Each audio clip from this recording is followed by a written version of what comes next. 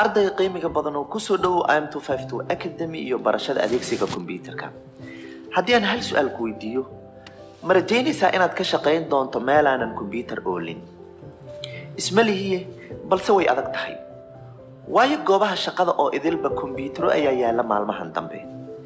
Xitaa maqaayadaha qaarkood ayaa kombiyuutaro lagu xisaabiyaa. Taa macnaheed adeegsiga kombiyuutarku waxa uu saameyn toos ah ku leeyahay shaqadeena iyo qaybaha kala duwan ee nolosheena. IM252 Academy waxa uu goordhow bilaabay baridda adeegsiga kombiyuutarka. Online ayaad ku baran doontaa.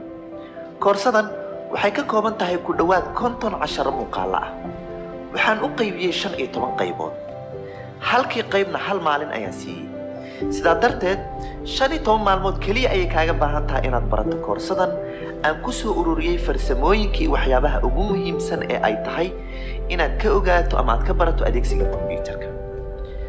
Markii aad dhamayso koorsadan ee ba'idankii waxaad gaari doontaa natiijo ah in aad si buuxa u adeegsan karto kombiyuutar.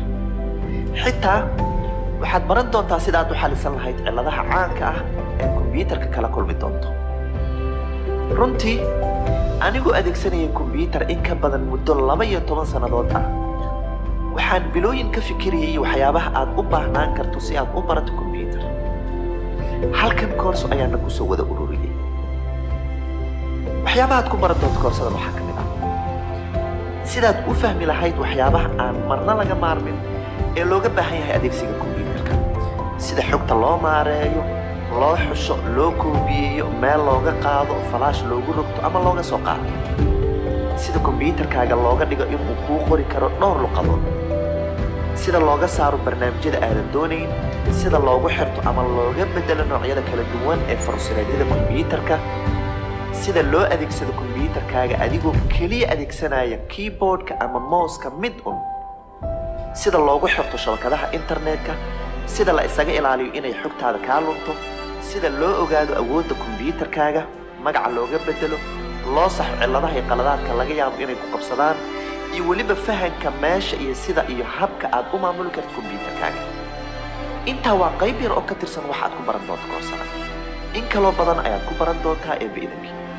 koorsadan waxaa loogu talagalay qofka uu ku cusub yahay kombiyuutarka oo aan weligii adeegsan iyo weliba qofka uu wax uga bilaaban yahay adeegsigiisa.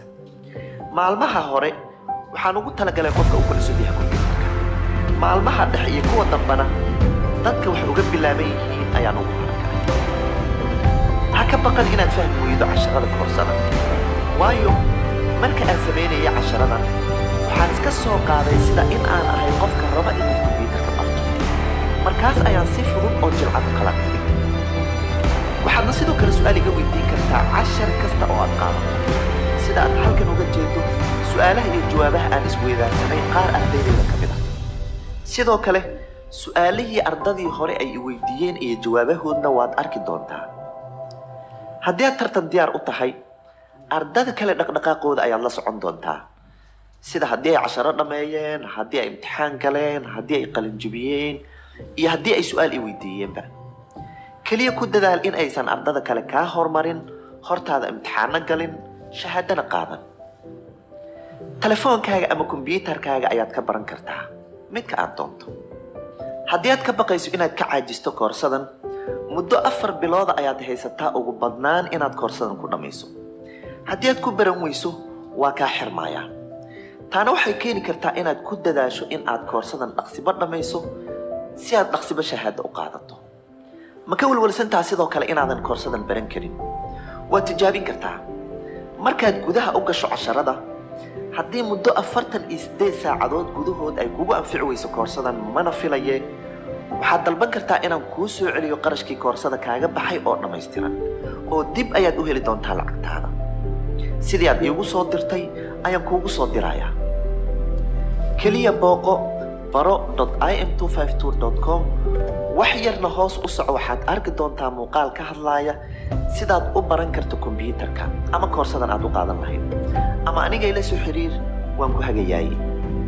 fadlan hoos ugu yar saaxiib aad is leedahay waxa uu u baahan yahay barashada adeegsiga kombiyuutarka.